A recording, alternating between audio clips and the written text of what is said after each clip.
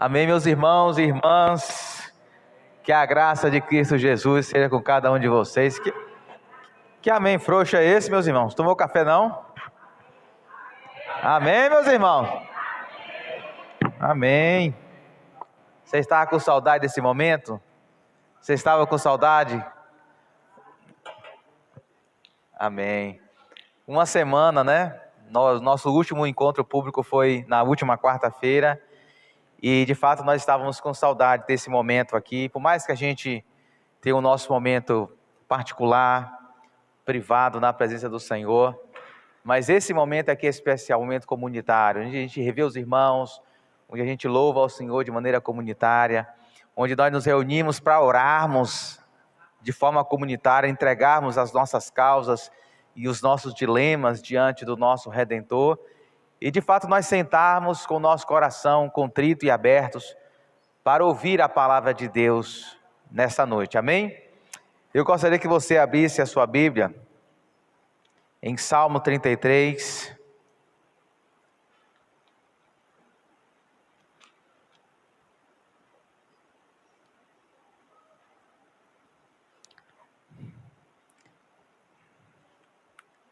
Louvado seja o nome do Senhor.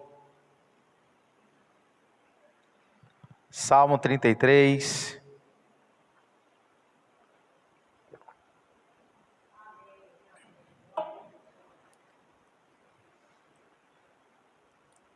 Que o Senhor possa achar em nós verdadeiros adoradores, como nós cantamos nessa noite.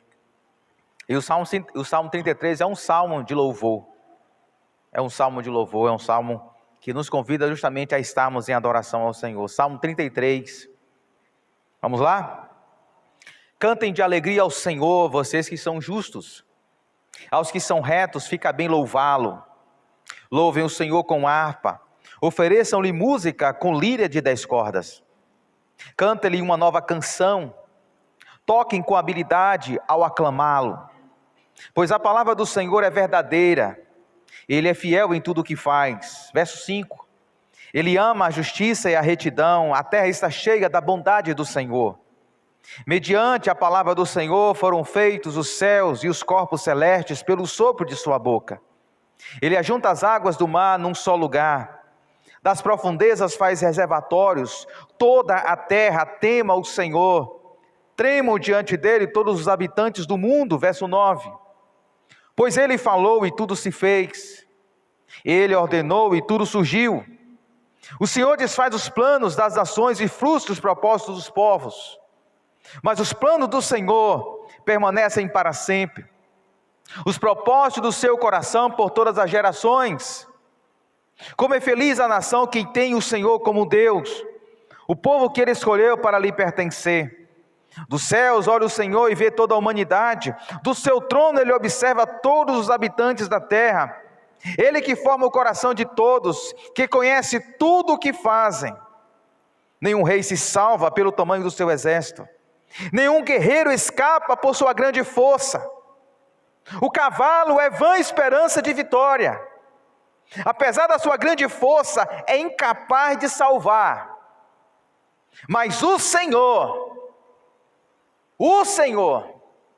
protege aqueles que o temem, aqueles que firmam a esperança no seu amor, para livrá-los da morte e garantir-lhes a vida. Mesmo em tempos de fome, mesmo em tempos de crise, mesmo em tempos de dificuldades, nossa esperança está no Senhor. Ele é o nosso auxílio e a nossa proteção. Nele se alegra o nosso coração, pois confiamos no seu santo nome. Esteja sobre nós, Senhor, esteja sobre nós o teu amor, Senhor, como está em ti a nossa esperança. Amém, meus queridos? Podem se assentar, em nome de Jesus. Meus irmãos, o Salmo 33, como eu disse, é um salmo de louvor. Se você observar os 150 salmos, cada salmo tem um gênero diferente. Na quarta-feira passada, nós expomos aqui um salmo de ação de graças. onde o salmista agradece a Deus pelo perdão, pela misericórdia, pelo fato do Senhor ter o perdoado as suas transgressões. Ao longo desse primeiro livro dos Salmos, que vai do Salmo 1 ao Salmo 41, você vai ver vários salmos de lamento, o salmista se lamentando diante do Senhor, por conta de alguma crise que ele está enfrentando. Esse salmo específico, o Salmo 33, é um salmo de louvor. É um salmo em que o poeta, o salmista, ele convida o povo de Deus a render adoração e louvor ao Deus da aliança. Os irmãos terem ideia, o contexto em que esse salmo geralmente era cantado, era o contexto que antecipava, ou que antecedia a saída do exército de Israel, para o enfrentamento de alguma batalha contra um inimigo, contra uma nação vizinha. Antes do povo sair em marcha para aquela batalha, um dos salmos que o exército israelita cantava, entoava diante do Senhor, era o Salmo 33. Isso fica evidente, por exemplo, dos versículos 12 ao versículo 19. Era um salmo que era entoado pelo exército, com o intuito de quê, pastor? Com o intuito de aquecer o coração daqueles combatentes, de que eles precisavam confiar em três realidades importantíssimas. Eles precisavam confiar na palavra de Deus, eles precisavam confiar na soberania de Deus, e eles precisavam confiar na salvação que vem somente de Deus. Quando o rei de Israel saía juntamente com o seu exército para combater uma nação vizinha, o exército dos inimigos, o salmista convidava o rei e os seus soldados a cantarem esse Salmo 33, para que os seus corações fossem alinhados a confiarem na palavra e na voz de Deus, confiarem de que Deus está no controle de todas as coisas, e por mais que as nações vizinhas tramassem planos contra o povo de Deus, esses planos seriam frustrados, porque somente o Senhor está no controle de todas as coisas, e não o homem. E que eles também confiassem de que a salvação e o livramento não vêm pelo número de soldados que compõem o seu exército, nem pela sua capacidade bélica, de armas, de combatentes, nem pela força dos seus cavalos, mas que a salvação vem somente das mãos onipotentes do nosso Deus, do Deus de Israel. Se você parou para perceber esse salmo, meus queridos, esse salmo ele começa com adoração, com um convite à adoração. Veja comigo os versos 1 e o verso 3, onde o salmista está convidando os seus contemporâneos a louvar. Veja comigo que os 3 primeiros versos começam com uma ordem: cantem, louvem e cantem. O verso 1 diz: cantem de alegria ao Senhor, vocês que são justos, aos que são retos fica bem louvá-lo. O verso 2 começa dizendo: louvem o Senhor com harpa, ofereçam-lhe música com lira de 10 cordas. E o verso 3 remonta o verso 1, faz um paralelismo ao verso 1 e diz: cantem-lhe uma nova canção, toquem com habilidade ao aclamá-lo. Os 3 primeiros versículos, o salmista está convidando o povo de Deus a adorar o Senhor, a louvar ao Senhor. E se você parar para perceber comigo os últimos versos, que vai do verso 20 ao verso 22, o salmo termina com uma confissão de fé. Se o Salmo 33 começa com um convite a uma adoração, a uma vida rendida em adoração ao Senhor, o Salmo 33 termina com a confissão de fé. Que confissão é essa, pastor? Verso 20 a 22 diz assim: nossa esperança está no Senhor. É Ele, o Senhor, que é o nosso auxílio e a nossa proteção. É nele que se alegra o nosso coração, pois confiamos no seu santo nome. Esteja sobre nós o teu amor, Senhor, como está em ti a nossa esperança. Se o salmo começa com adoração, ele termina com o povo de Deus confessando a sua completa dependência de Deus. E eu penso, meus irmãos, que essa conexão entre adoração e fé, ela tem que existir em todo aquele ou em toda aquela que decide caminhar com Cristo e caminhar com o Senhor. Porque se nós abrimos a nossa boca para adorar a Deus, para louvar a Deus, é porque nós estamos dizendo que nós confiamos no Senhor, de que a nossa esperança está no Senhor, de que o nosso auxílio vem do Senhor, de que a nossa proteção está no Senhor, de que a nossa esperança, a nossa expectativa, o nosso livramento, a nossa salvação, a nossa provisão está no Senhor. E se nós reconhecemos que nós confiamos, que nós dependemos do Senhor em toda e qualquer circunstância, nós o adoramos, nós o louvamos, nós abrimos o nosso coração e a nossa alma para entoar louvores ao nosso bendito Deus. Nós precisamos entender que a adoração leva à fé, e a fé fortalece o nosso momento de adoração. É isso que o Salmo 33 de início logo nos ensina. Mas pense comigo que no meio desse salmo, se ele começa com adoração e termina com uma confissão de fé, no meio desse salmo, o salmista meio que pergunta: por que eu devo, por que você, por que nós devemos adorar ao Senhor? E ele dá 3 respostas para nós. Primeiro, o salmista diz que nós devemos adorar o Senhor e confiar no Senhor por conta da sua palavra, versos 4 a 9. Em segundo lugar, o salmista vai dizer que nós devemos confiar no Senhor, porque o Senhor está no controle de cada detalhe do universo, de toda a realidade. Deus é soberano. E ele fala isso dos versos 10 a 15. E nós devemos confiar e adorar o Senhor em terceiro lugar, porque somente o Senhor tem a capacidade, o poder, a condição de trazer salvação para o seu povo.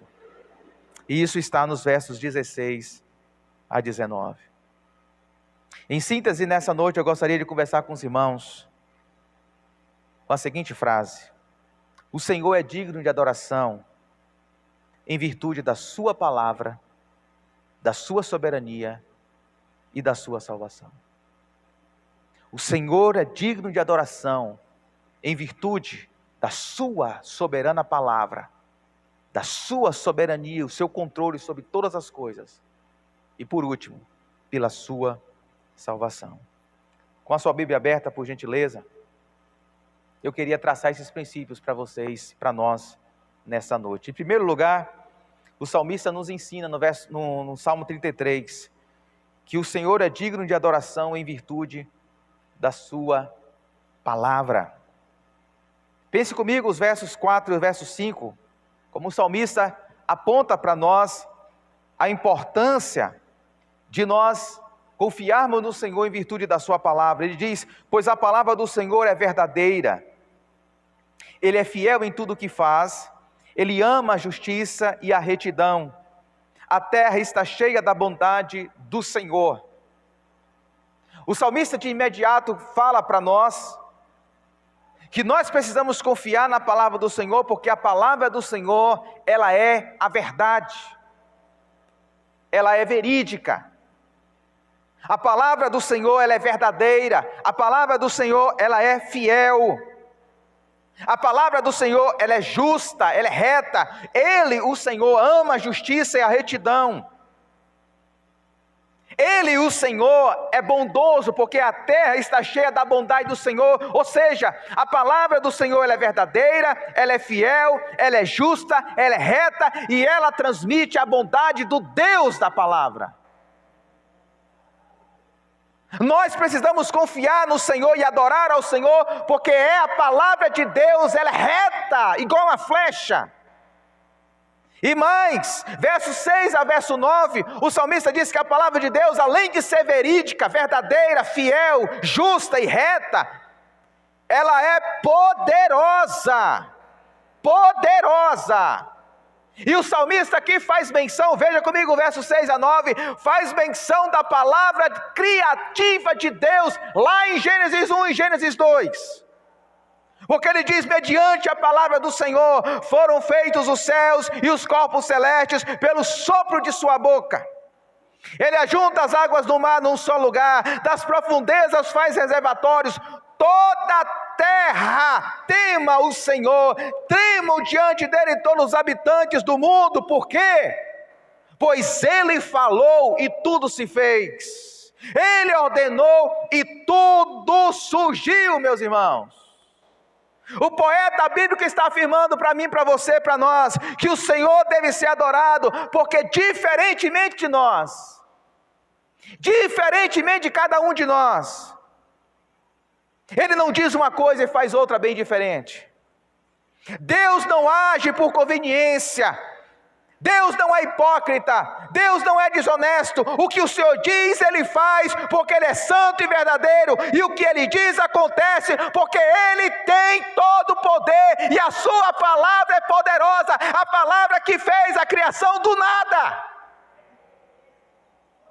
Porque Deus cria todas as coisas sem usar nenhum elemento da criação. Não existiu nada, tudo estava sem forma e vazio. E Deus fala e as coisas vão acontecendo. Por quê? Porque a sua palavra é onipotente e verdadeira. Por isso eu e você devemos louvar ao Senhor e firmar as bases da nossa vida nessa palavra.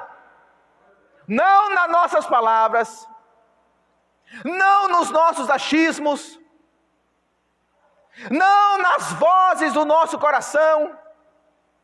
As nossas decisões, os nossos passos ao longo da nossa caminhada devem estar firmados na palavra do Senhor, na palavra do Deus da aliança.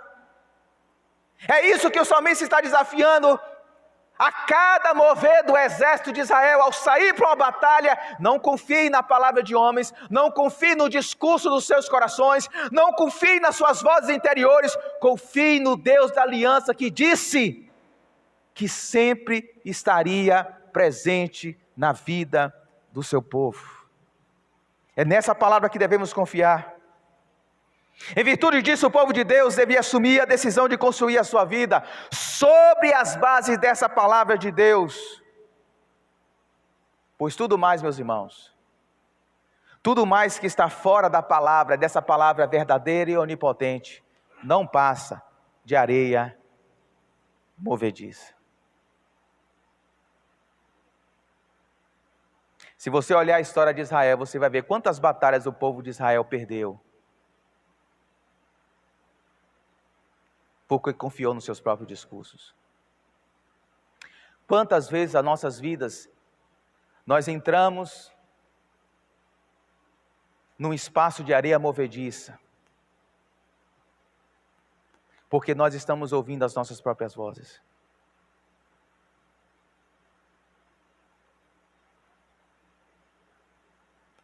Quantas vezes as nossas vidas estão num verdadeiro labirinto, a gente não sabe para onde estamos indo, o porquê nós estamos indo,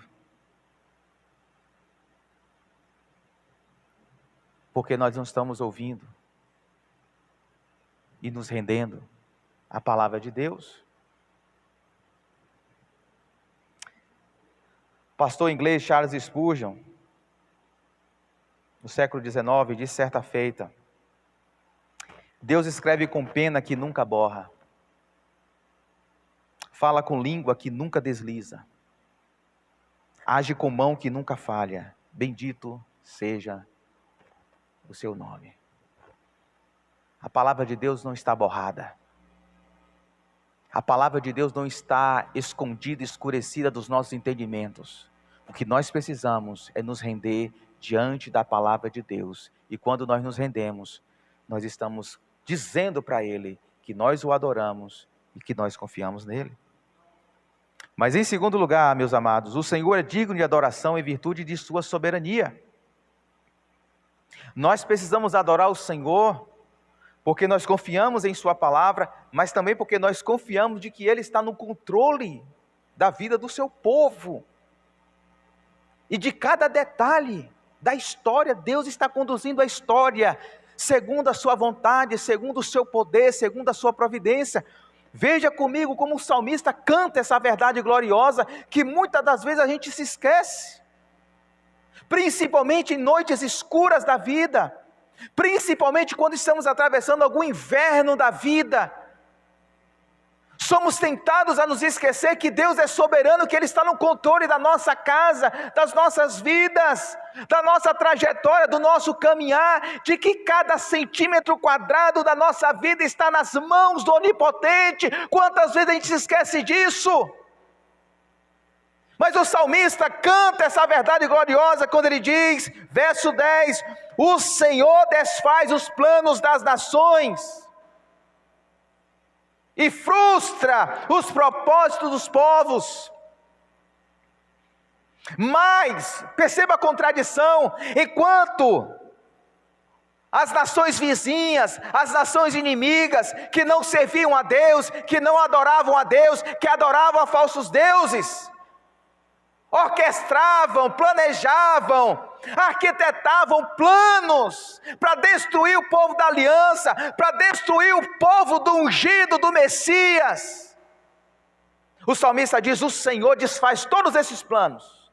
Eles podem arquitetar, eles podem se preparar, eles podem se planejar, eles podem maquinar o mal contra o meu povo, eles podem pintar e bordar, mas todos esses planos vão cair por terra e serão frustrados. Mas, todavia, porém, contudo, os planos do Senhor permanecem para sempre, os propósitos do seu coração por todas as gerações, louvado seja Deus. O que o salmista está dizendo, meus irmãos, é que o mundo pode virar de ponta cabeça. O que o salmista está dizendo é que eu e você podemos até atravessar o vale da sombra da morte.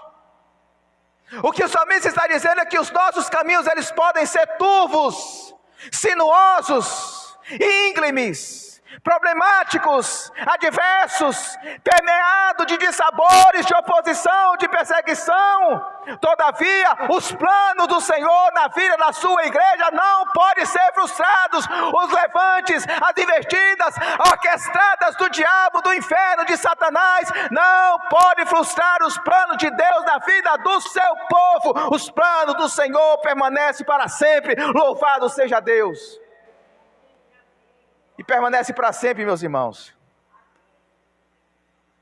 porque Ele está no seu santo templo, Ele está no controle da sua vida. Deus se importa com cada detalhe das nossas vidas, meus irmãos. Deus não está preocupado apenas com a nossa alma. Tem pessoas, assim, cristãos, que acham que Deus só está preocupado em nos levar para o céu, com a nossa alma. Não, cada área da sua vida está aqui, ó. E talvez tenha coisas na sua vida que você fala, meu Deus, eu não sei como é que isso vai se resolver. Porque tem coisas na minha vida também que eu penso assim. Como é que o Senhor vai desatar esse nó? Como é que o Senhor vai resolver isso?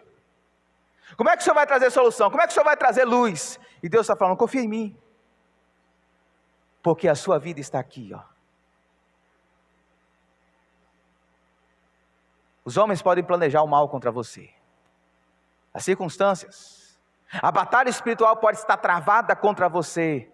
Mas todos esses planos serão frustrados. Sabe por quê? Porque os planos do Senhor, só os do Senhor, não os meus, não os seus, não do inimigo, os planos do Senhor permanecem para sempre, porque Ele é soberano. Os planos deles são fiéis e permanecem na sua vida, a despeito da gente não conseguir enxergar além da curva, porque eu e você, nós não conseguimos enxergar depois da curva, mas o Deus Todo-Poderoso, que está nos céus, que está no trono, Ele está enxergando, Ele está vendo, Ele está guiando, Ele está conduzindo, Ele está provendo, Ele está cuidando a sua vida, a sua casa, o seu cônjuge, os seus filhos, as suas finanças, estão nas mãos do grande eu sou, e nós precisamos adorar e confiar nesse Deus soberano, meus irmãos. Louvado seja Deus. É isso que o salmista está cantando. E ele diz no verso 12 uma expressão que a gente conhece muito bem, como é feliz ou bem-aventurado a nação que tem o Senhor como Deus, o povo que escolheu para lhe pertencer. Como é feliz e bem-aventurado o homem, a mulher, a família, a nação, que mesmo diante de dias difíceis, decidiu confiar no mover soberano de Deus, confiando que todas as coisas cooperam para o bem daqueles que amam a Deus. Por mais que a gente não entenda, por mais que a gente não tenha explicações, Deus está conduzindo as nossas vidas para o bem dele a nós. Confiando que cada palmo das nossas vidas estão guardadas e seguras nas mãos de Cristo. Confiando que nada nem ninguém poderá nos separar do amor de Deus que está em Cristo, meus irmãos. Confiando que o nosso destino, o nosso futuro está no controle do Deus soberano, cujos planos, cujos propósitos, eles permanecem. Tudo mais vai cair por terra, mas os planos de Deus na vida da sua igreja permanecem para sempre. E a gente precisa confiar nisso. Porque isso aí, eu e você, a gente sabe, está aqui, ó. Mas Deus vai permitir circunstâncias na sua vida, na minha vida, em que Ele vai permitir que a gente aplique essa verdade gloriosa na prática. Porque não adianta de nada, meus irmãos, a gente saber disso. Deus é soberano, aleluia. Mas na hora que as coisas saem do trilho, é nessa hora que Deus quer que a gente aplique, que a gente consiga descansar na soberania do Senhor. E por último, o Senhor é digno de adoração por causa da sua palavra, que é verdadeira e poderosa, por causa da sua soberania, o seu controle sobre nós e sobre tudo mais. E em terceiro, o Senhor é digno de adoração em virtude da sua salvação. Só Ele pode nos salvar. Essa é a verdade que o salmista está dizendo. Só Ele pode trazer salvação ao seu povo. Só Ele pode trazer livramento ao seu povo. Só Ele pode trazer resposta. Só Ele pode trazer cura. Só Ele pode trazer luz. Só Ele pode trazer destino, norte, orientação. Só Ele pode trazer descanso. Só Ele pode trazer restauração. Só Ele pode trazer renovo. Só o nosso Deus pode salvar o seu povo. Veja comigo o verso 16, o verso 19. Nenhum rei se salva pelo tamanho do seu exército. Veja as imagens. O exército de Israel está saindo para a batalha. E eles estão cantando isso. Nenhum rei pode se salvar pelo tamanho do seu exército, pela quantidade dos seus soldados. Nenhum guerreiro escapa por sua grande força, porque se acha forte, cheio de músculos, treinados, habilidoso, com sua expertise bélica. Nenhum deles pode escapar por sua grande força. O cavalo, diz o texto sagrado, o cavalo é vã esperança. Pense em cavalo aqui, meus irmãos, como instrumento de guerra, poder bélico, poder militar. Naquela época, a cavalaria, um exército feito de cavalaria, era um exército considerado forte, poderoso. E o Senhor está dizendo, por meio do salmista, o cavalo é vã esperança de vitória. Apesar da sua grande força, é incapaz de salvar. E então o salmista diz com todas as letras, mas o Senhor, o Deus de Israel, o Deus da aliança, o Deus que chamou Abraão lá em Gênesis 12, e diz que dele faria uma grande nação, e dele Abraão abençoaria todas as nações. O Deus de Isaac, de Jacó, de José, o Deus que levantou o Moisés fraco, incapaz, gago, para liderar uma oração contra a maior potência daqueles dias, que era a potência egípcia, era o faraó. É esse Deus que está dizendo: mas o Senhor protege aqueles que o temem, aqueles que firmam a esperança no seu amor, para livrá-los da morte e garantir-lhes vida, mesmo em tempos de fome. Meus irmãos, essas verdades têm que estar gravadas aqui no nosso coração, porque o texto está dizendo, meus irmãos, que é uma grande loucura para o rei, para o guerreiro, depositar sua confiança, a confiança da vitória, ou pelo seu exército, ou pelo seu poder bélico. Veja comigo que as expressões exército, força, cavalo, todas elas apontam para a tentativa humana, de resolver os seus próprios problemas. Quando o texto sagrado traz as expressões exército, força, cavalo, talvez você diga assim: isso aqui não tem nada a ver com a minha realidade. Eu não lido com exército. Eu não ando em academia malhando para ficar forte. Eu não cuido de cavalos. Mas como uma poesia bíblica, isso aqui é uma poesia, ele está usando de imagens. Imagens para trazer uma realidade, um conceito. Qual é o conceito aqui? O povo de Deus ser tentado a fazer uso de mecanismos humanos, de recursos humanos, de habilidades humanas, para tentar resolver os seus próprios problemas. O rei que faz uso do seu exército, o guerreiro que faz uso da sua espada, um exército que confia na cavalaria, na força da sua cavalaria, usam de recursos humanos para resolver os seus problemas. E pergunta que eu faço para nosso coração nessa noite: será que essa tentação também não assalta os nossos corações?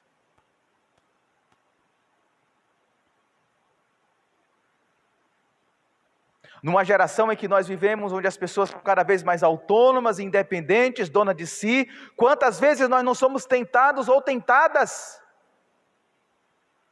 a resolver os nossos problemas, confiando na nossa inteligência, na nossa sabedoria, nos nossos próprios recursos,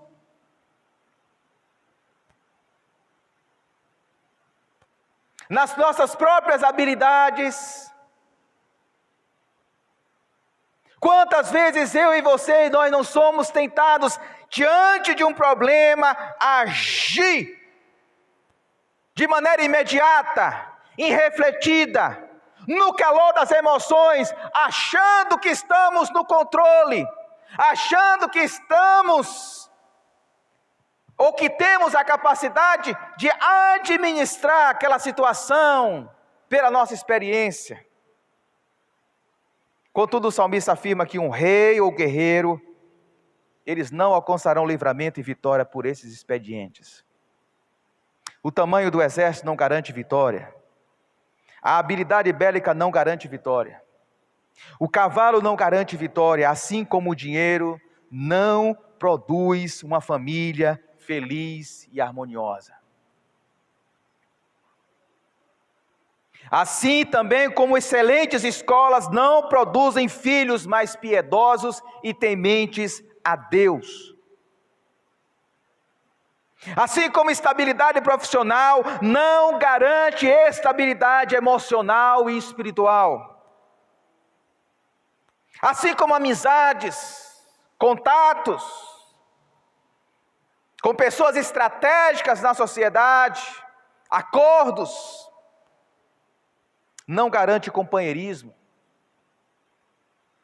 nos momentos mais difíceis e de aflição das nossas vidas.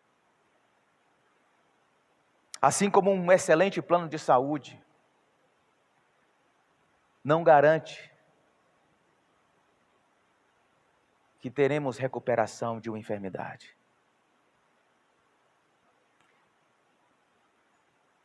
Por mais que essas coisas sejam legítimas, por mais que essas coisas não sejam ruins em si mesmas, nenhuma delas tem a capacidade e o poder de garantir a salvação, o livramento e a cura para nós. Por mais que muitas das vezes o Senhor se faz uso dessas coisas, elas não garantem. Mas aí vem o verso 18 e 19 que diz: somente o Senhor protege aqueles que o temem, aqueles que firmam a esperança no seu amor, para livrá-los da morte e garantir-lhes a vida, mesmo em tempos de fome.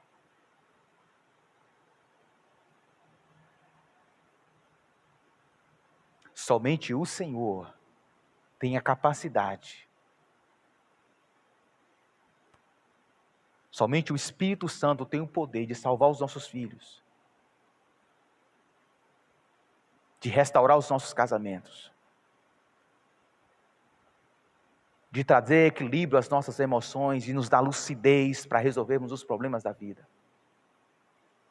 Somente o Senhor tem o poder de restaurar uma pessoa que está enferma, seja fisicamente, emocionalmente, psicologicamente, espiritualmente. Somente o Senhor tem poder de entrar lá, no coração, na mente, e trazer saúde, e trazer vida, e trazer salvação.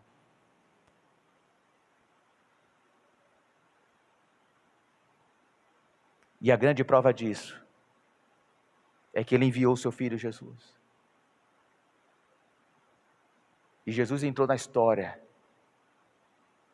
para encarnar,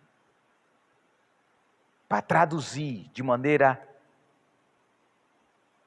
impactante, contundente, o que é a salvação do Senhor. Porque quando José recebe a revelação do anjo,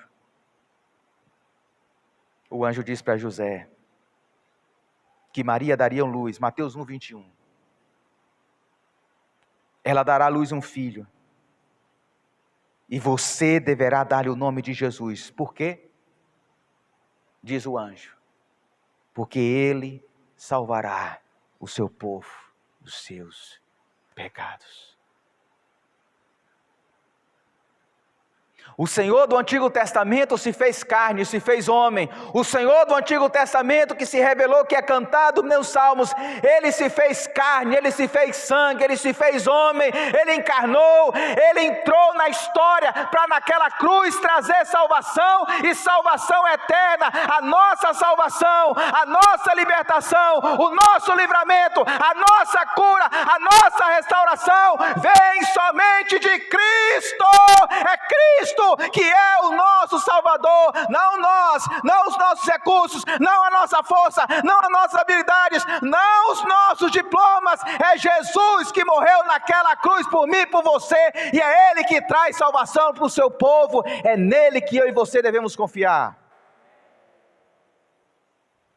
E eu fecho essa mensagem dessa noite com os 3 últimos versículos que diz a declaração de fé, porque se a gente realmente entendeu isso, o salmista espera que a gente declare isso ao Senhor de todo o nosso coração. Se a gente entendeu que a palavra de Deus é a verdade, não a nossa é a verdade, a palavra de Deus.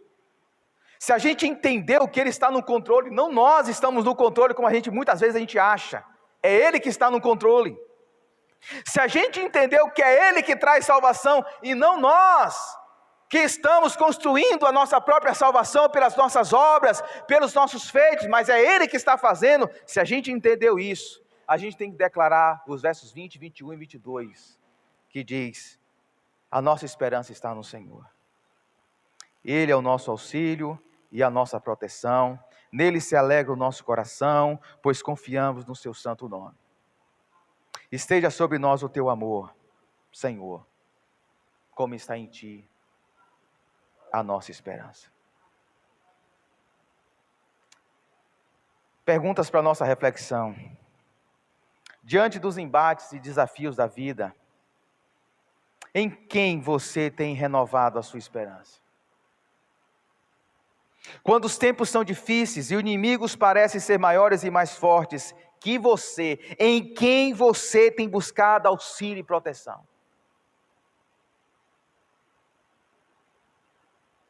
na hora que o cinto aperta, na hora que as portas se fecham,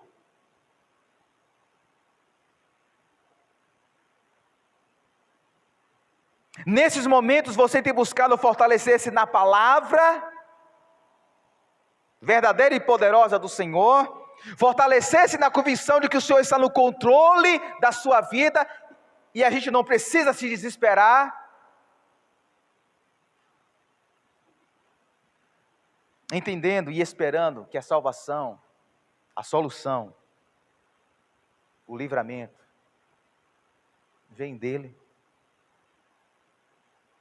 e não dos seus cavalos. Isso é fé, meus irmãos. E é isso que Deus quer que a gente tenha. Porque na vida do povo de Deus, o caminhar nunca foi fácil e não vai ser fácil. Até a volta de Cristo a gente vai passar por apertos, por lágrimas. Mas Deus nos convida a confiar nele. Vamos orar?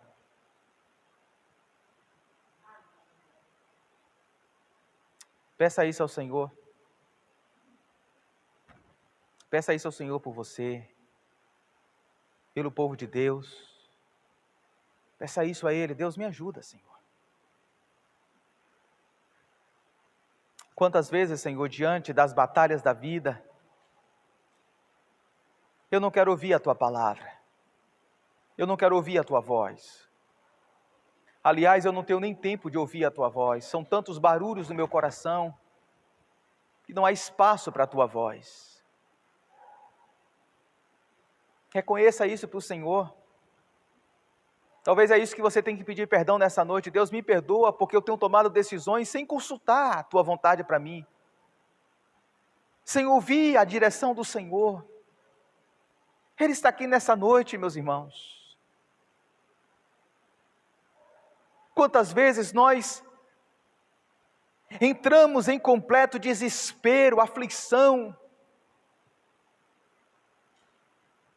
porque lidamos com circunstâncias e situações inadministráveis e esquecemos do fato de que o Senhor é quem está no controle. Não sou eu que estou no controle, não sou eu que estou segurando o volante da minha vida, é Cristo, é Ele que dá a direção. E ainda que a gente não entenda os caminhos que Ele tem nos conduzido, os paraquês, os porquês, assim como Jó não teve a resposta de Deus para os porquês de tudo que ele enfrentou, precisamos confiar de que mesmo não recebendo as respostas do Senhor, Ele está no controle, Ele está no controle, e nenhum dos planos do Senhor caem por terra, se frustram, porque Ele é soberano.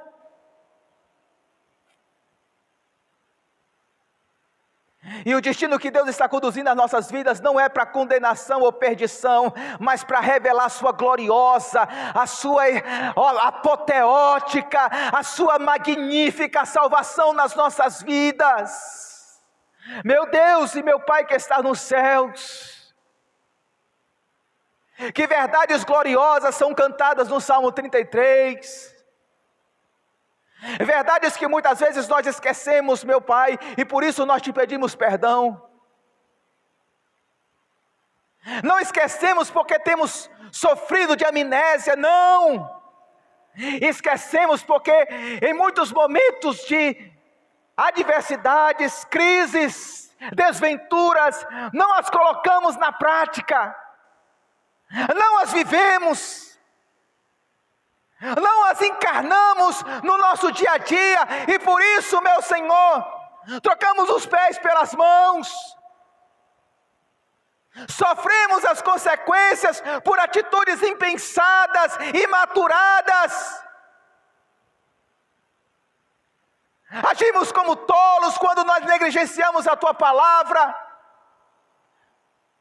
Agimos como loucos quando nós confiamos nos nossos próprios recursos e habilidades.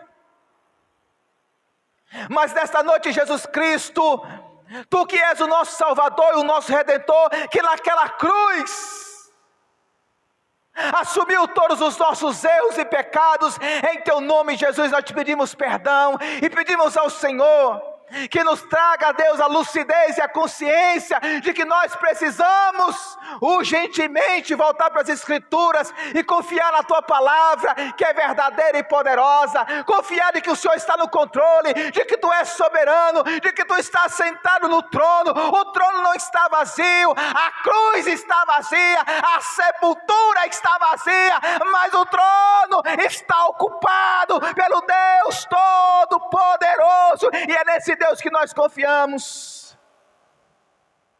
Nos ajude, meu Deus, a esperar com grande expectativa pelo livramento e a salvação do Senhor. Tira toda a pressa do nosso coração, tira toda a ansiedade do nosso coração.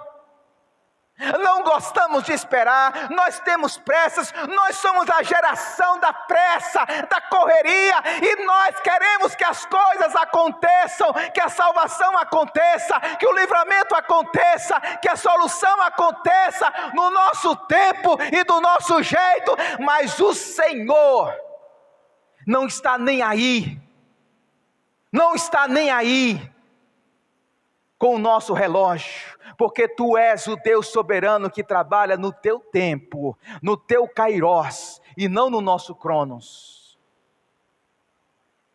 O Senhor não trabalha no nosso relógio, o Senhor trabalha no Teu relógio, porque o Teu relógio, não o nosso, o Teu calendário e não o nosso, é bom, perfeito e agradável. E nós precisamos aprender isso, meu Pai. Amadurece-nos, fortalece-nos, leve-nos para a oração, leve-nos para o ambiente da adoração, leve-nos para o ambiente em que nós declaramos que somente o Senhor é a nossa esperança. Forge a Deus em nós maturidade, gente treinada na arte de caminhar em meio ao sofrimento, confiando em Cristo e na sua salvação. Em nome de Cristo eu te peço, pela tua igreja espalhada por esse país e mundo afora, trabalha nessa geração e trabalha, Deus, para fazer em nós, para construir em nós homens e mulheres mais parecidos com Cristo. Em nome de Jesus assim oramos. Amém.